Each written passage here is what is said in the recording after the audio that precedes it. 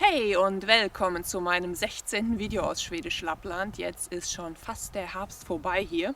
Wir hatten heute schon oder ja auch gestern so die ersten Frostnächte. Zwar noch nicht so stark, -1, -2 Grad, aber eben war es auf der Straße schon richtig schön rutschig. Im September, da war noch eine Farbenpracht, vor allen Dingen diese gelben Blätter von den Birken. Das war so schön. Und rote Bäume dazwischen, vor allen Dingen Ebereschen. Und dann kam der erste Herbststurm und zack, war alles weg. Ich fand den Herbst schon 2020, als ich damals im Oktober hier war, total spannend, weil ich da gelernt habe, dass der Herbst für die Samen die Zeit der Antriebskraft ist.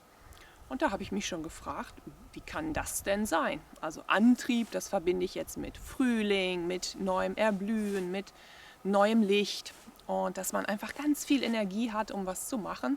Aber der Herbst, das ist doch die Zeit, wo alles abstirbt, wo die Blätter abfallen.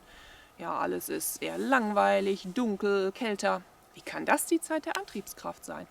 Und ich habe mal neulich die Samin Katharina gefragt, die ich mit ihrem Mann Ronny zusammen im Padjelanta Nationalpark besucht hatte im August. Habt ihr ja vielleicht gesehen. Und die hat mir gesagt, ja, mein Großvater hat immer gesagt, dass für die Samen eigentlich der Frühling die Zeit der Ernte ist. Ich dachte, Frühlingszeit der Ernte, ja. Spännende, sagen die Schweden, ne? Spannend. Und sie meinte, ja, im Mai werden ja die Rentierkälber geboren. Und das ist für die Samen die Zeit, wo sie eben sehen, wie viele Rentiere sind über den Winter gekommen und wie viele Weibchen haben Kälber geboren und wie viele von diesen Kälbern sind jetzt halt über die ersten Wochen schon gekommen. Denn die haben ja leider sehr viele Feinde, Raubtiere vor allen Dingen, die ein Rentierkalb als Festmahl sehen. Also ist dann die überlebende Anzahl an Rentieren wirklich wie die Ernte für die Samen. Und nach dieser Erntezeit, da passiert erstmal nicht ganz so viel. Ja, die Rentierkälber werden als Besitz markiert in den Ohren, aber danach fressen sie sich halt in den Sommermonaten in den Bergen oder Wäldern erstmal satt. An Beeren, an Pilzen, alles was es da so gibt. Und dann die Zeit dazwischen, zwischen dem Frühling, also zwischen der Erntezeit und dem Herbst, da ist dann irgendwann Zeit für einen Neustart. Und da habe ich mir gedacht, Wahnsinn. Also so aus dieser Perspektive hatte ich persönlich den Herbst jetzt noch nie gesehen. Und zum Beispiel, wenn ich auch sehe, dass jetzt noch viele Tiere so aktiv sind, wie die Rentiere und die Elche, die noch ihre Brunftzeit haben, oder einige Fische, die jetzt laichen, wie zum Beispiel die Ukelei. Das heißt auf Schwedisch Löja. Ich dachte immer, das wären Weißfische, aber das ist eigentlich übersetzt Ukelei. Und dieser Rogen, Löjrom heißt das auf Schwedisch, das ist ja die größte Spezialität von Kalix. Und die wird zu dieser Jahreszeit jetzt schon so seit Ende September ganz stark gewonnen. Die Fischer, gerade die Professionellen, sind jetzt nur hinter diesem Löja hinterher. Und selbst ich war neulich mal mit privaten Fischern draußen auf dem Meer. Und wir haben einige von diesen Ukeleis halt in dem Netz gefangen. Und ich habe versucht, die selber auszunehmen und war dann ganz überrascht, als aus einem so einem Fisch auf einmal Rogen rausquoll, diese orangene Masse. Ich gedacht, oh, das sieht ja eklig aus.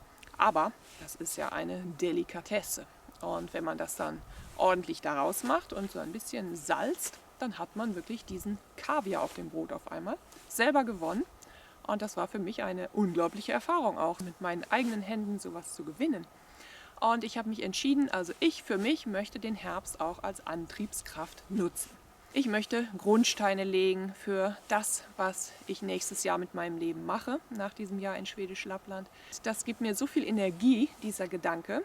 Und das finde ich ist eine ganz schöne, ganz große Inspiration, die ich auch gerne euch mitgeben möchte. Überlegt doch mal, welchen Neustart ihr jetzt vielleicht schon vorbereiten könnt. Vielleicht erntet ihr, vielleicht ernte ich noch nicht im nächsten Frühjahr, vielleicht wird es im Sommer werden, vielleicht auch erst im Herbst, vielleicht auch erst im Jahr danach. Aber es ist einfach eine Einstellungssache, denke ich, wie man mit dieser Jahreszeit umgeht. Und die Inspiration dafür liefert uns ja zum Beispiel sehr schön die Natur hier und liefern uns zum Beispiel auch die Rentierzüchter mit ihrem Gedanken der Antriebskraft. Und jetzt viel Spaß mit dem Herbst in Schwedisch Lappland. Jetzt im Oktober hatte ich das Glück, dass ich mal mitfahren durfte zum Fischen mit privaten Fischern. Einer davon war Örjan, der Besitzer von dem Hotel Philipsborg in Kalix. Das verlinke ich euch auch unten, denn in Zukunft wird er vielleicht sogar auch mal Touren für Besucher anbieten, dass man wirklich mal beim echten Fischen von einfach ganz normalen Leuten hier so dabei sein kann, auch als Besucher. Und ja, das war wirklich sehr interessant. Also auch diese Fischer waren jetzt interessiert an Ukelei natürlich, um auch ihren eigenen Rogen zu gewinnen. Und ja, an dem Tag sind wir rausgefahren und haben auch einen Kompressor mitgenommen. Ich wusste zuerst gar nicht warum, aber dann habe ich verstanden, dass diese Fischer im August nicht nur einfach Netze im Meer auslegen, wo dann eben die Fische drin gefangen werden, sondern auch ein Fischhaus haben unter Wasser. Und Fischhaus, das kannte ich gar nicht. Das ist also ein Riesengestell aus Netzen, wo die Fische dann reinschwimmen. Und das Ding kann man mit diesem Kompressor hochpumpen. Also es hat wie so Füße, wie so ein Wasserflugzeug eigentlich, würde ich mal sagen. Und wenn man das eben voller Luft pumpt, dann kommt dieses Fischerhaus an die Wasseroberfläche. Und dann kann man die Fische da rausholen. Und normalerweise wird das wieder zurückgelassen ins Wasser. Aber es war jetzt schon an der Zeit für die Fischer, auch die Netze und dieses Fischerhaus einzuholen. Denn es könnte jetzt natürlich ganz bald das Eis auch kommen, das Meer gefrieren. Es gibt Schnee, es gibt Frost. Also man muss jetzt wirklich schnell agieren. Denn wenn dann schon Eis auf dem Meer ist, ist das natürlich ganz schwierig, noch die Netze und alles über den Winter einzuholen.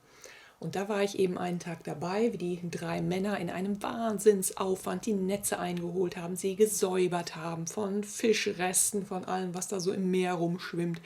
Und da habe ich auch mal gesehen, was das eigentlich für eine Mühe ist, wenn man so privat wirklich Netze auslegt und sich darum kümmert.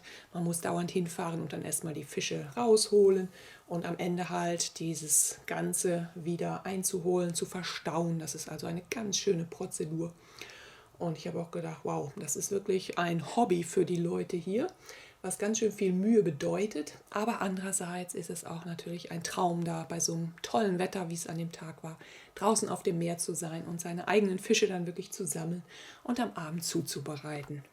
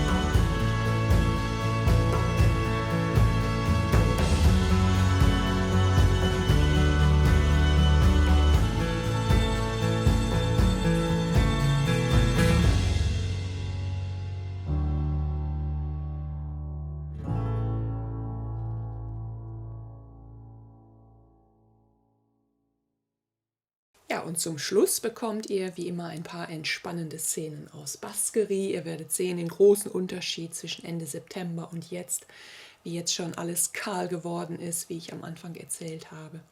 Und ich hoffe, ihr habt ein bisschen Freude gehabt an dieser Reise durch die Zeit der Antriebskraft. Und ein kleiner Hinweis, falls ihr möchtet, falls ihr könnt, würde ich mich riesig freuen über ein bisschen Unterstützung für meine Videos, die ich ja vollkommen kostenlos mache, sehr viel Arbeit darin investiere. Natürlich ist das auch ein Hobby, wie manche glauben, aber ich mache das auch für euch, um euch ein bisschen zu zeigen von dieser wunderschönen Welt hier oben im Norden. Und wenn ihr Lust habt, mich mit einer kleinen Spende zu unterstützen, dann gebe ich euch mal mein PayPal-Konto an und ihr findet unten im Link auch mein Patreon-Konto. Und wenn es nur 1 Euro oder 1,70 Euro ist, jede kleine Spende ist unheimlich willkommen. Ganz, ganz lieben Dank und danke, dass ihr wieder zugeschaut habt. Bis hoffentlich zum nächsten Mal.